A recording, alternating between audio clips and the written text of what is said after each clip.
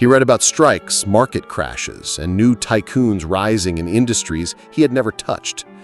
And through it all, his presence was paradoxical. Here was a man whose name once struck fear into senators, now passing coins to delighted children. Here was the robber baron, now appearing in photographs as a kindly grandfather. Public memory had shifted, and so had the man himself. The twilight years were not about building new empires, but about watching the echoes of old ones. Rockefeller lived long enough to see himself transformed in the American imagination, from villain to curiosity to benefactor. He had become, in his own words, an old man who has had his day.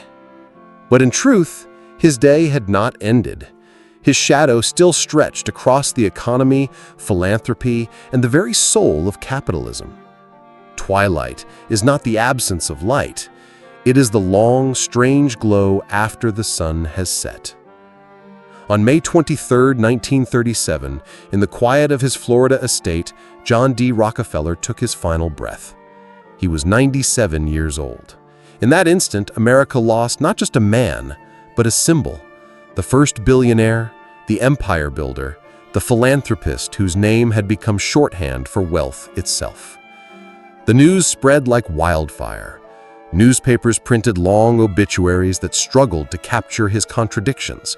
Some praised his genius, others condemned his ruthlessness. Headlines called him the richest man in modern history, a builder of universities, a slayer of competition, a paradox in flesh.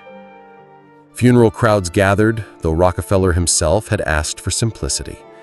There were no grand state ceremonies, no monuments of marble. Just family, close associates, and the quiet prayers of the Baptist faith he'd carried since boyhood.